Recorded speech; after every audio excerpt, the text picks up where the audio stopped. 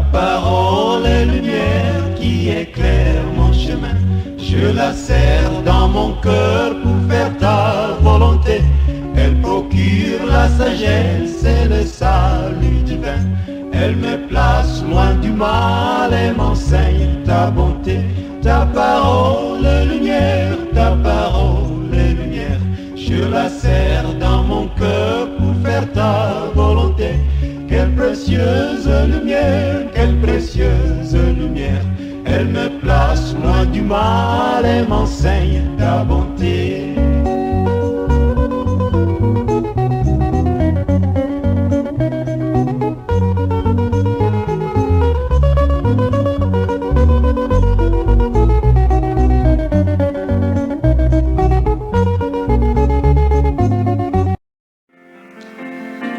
Bienvenue dans votre émission « Et si on déclarait ensemble ?» Prions le Seigneur. Éternel, notre Père et notre Dieu, nous voulons encore te dire merci.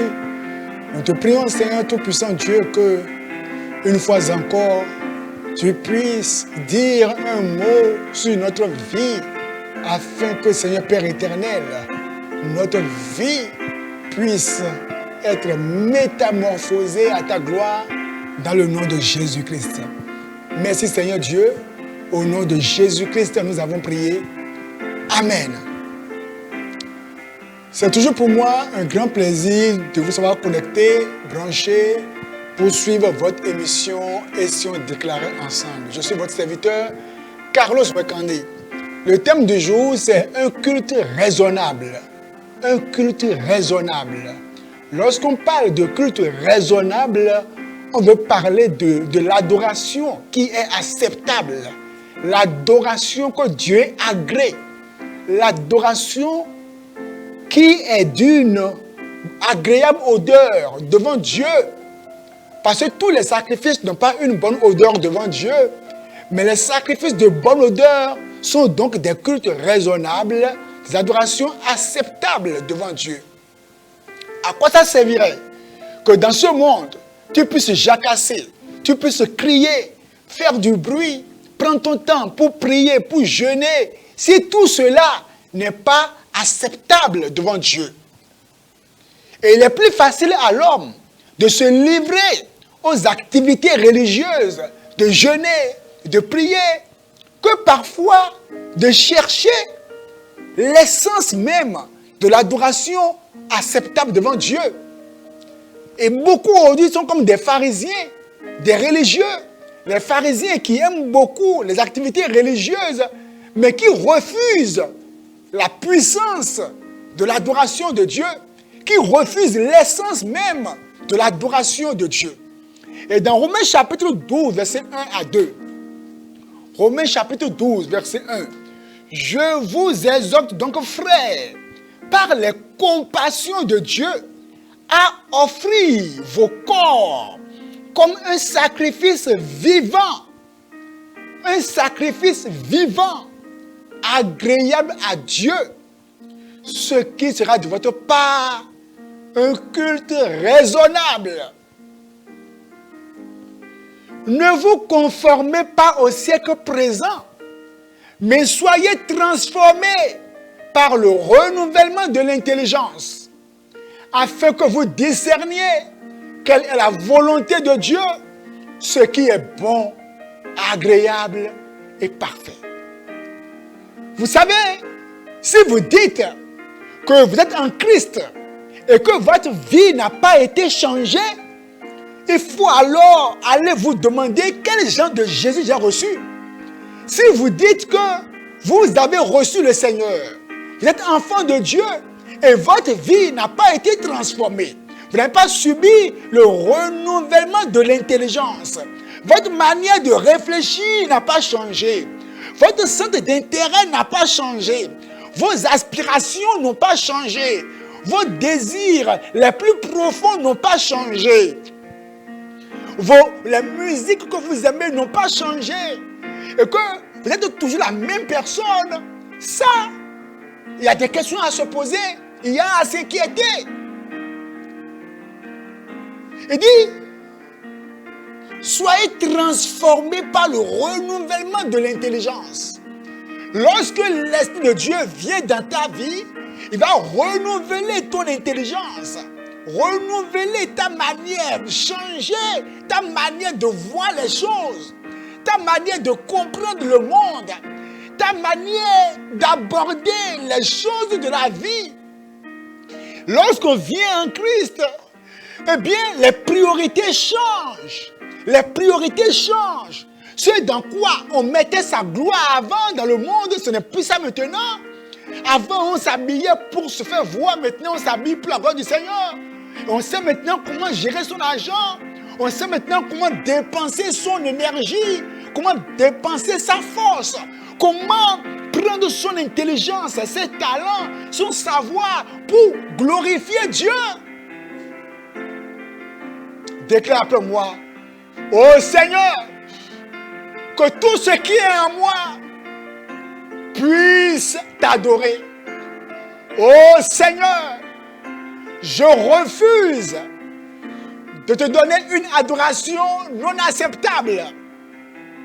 Ô Dieu, donne-moi dans ce monde de t'adorer convenablement.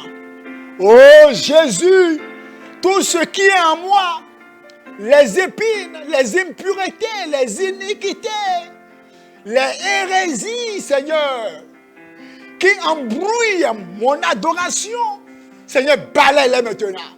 Dans le nom de Jésus-Christ. Vous savez, il y en a qui sont comme Caïn, d'autres sont comme Abel. Il y en a dont l'adoration est comme l'adoration de Caïn.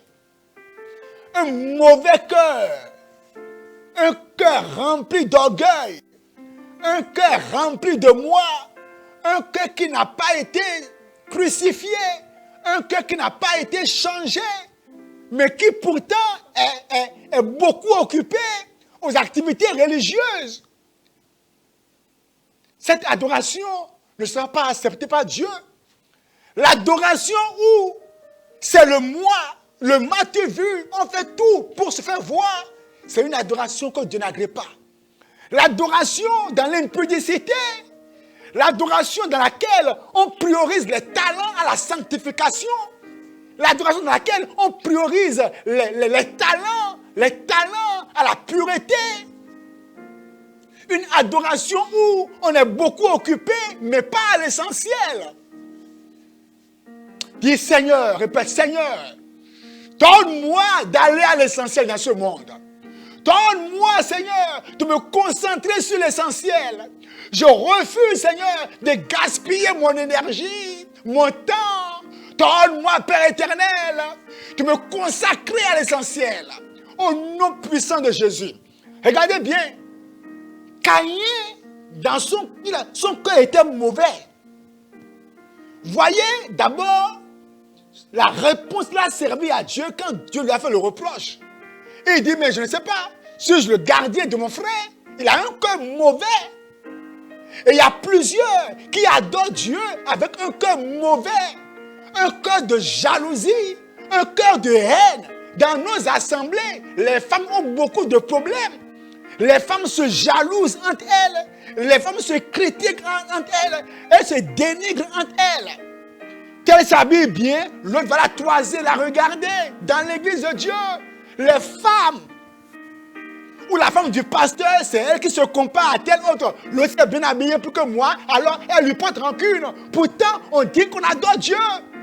Les gens qui se portent rancune dans l'église de Dieu, les gens qui ne s'aiment pas, qui se haïssent, qui se méprisent, les gens qui se dénigrent, les gens qui parlent mal l'un de l'autre au dehors, les gens qui sont contents quand quelqu'un tombe dans le péché, les gens qui sont contents quand l'autre fait erreur. C'est quel genre d'adoration ça là? Quel genre de cœur as-tu? As-tu un cœur qui est concentré sur Dieu? Un cœur qui aime Dieu? Un cœur qui n'a pas le temps pour les futilités dans l'église?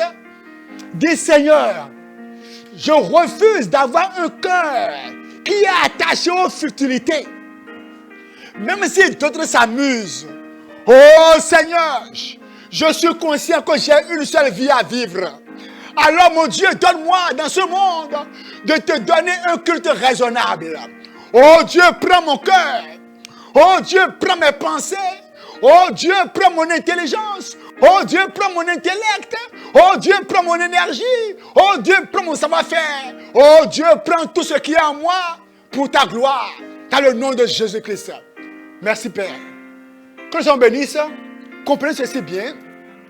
Eh bien, le Seigneur Dieu veut de vous une adoration agréable. Un renouvellement total dans votre manière de vivre. Quand tu dis que tu es en Christ, ton habillement n'a pas changé. Hein? Tu es en Christ, ton langage n'a pas changé. Tu dis que tu es en Christ, rien encore n'a changé. Tu es encore dans le copinage. Tu es encore dans la fornication, dans l'adultère, dans les fétiches. Tu vas à l'église, mais tu es encore dans les fétiches. Tu perds ton temps. Seigneur Père éternel, je prie pour tes enfants. La grâce pour une adoration acceptable. La grâce, Seigneur, pour que tu puisses agréer tout ce qu'on fait. Nos enseignements, notre adoration. Père, nous te prions, donne-nous un bon cœur, une bonne motivation dans le nom de Jésus-Christ. Merci Père, accepte notre adoration comme nous passons par ce monde. Au nom de Jésus. Amen. Que le Seigneur bénisse. Allez, m'enseigne ta bonté.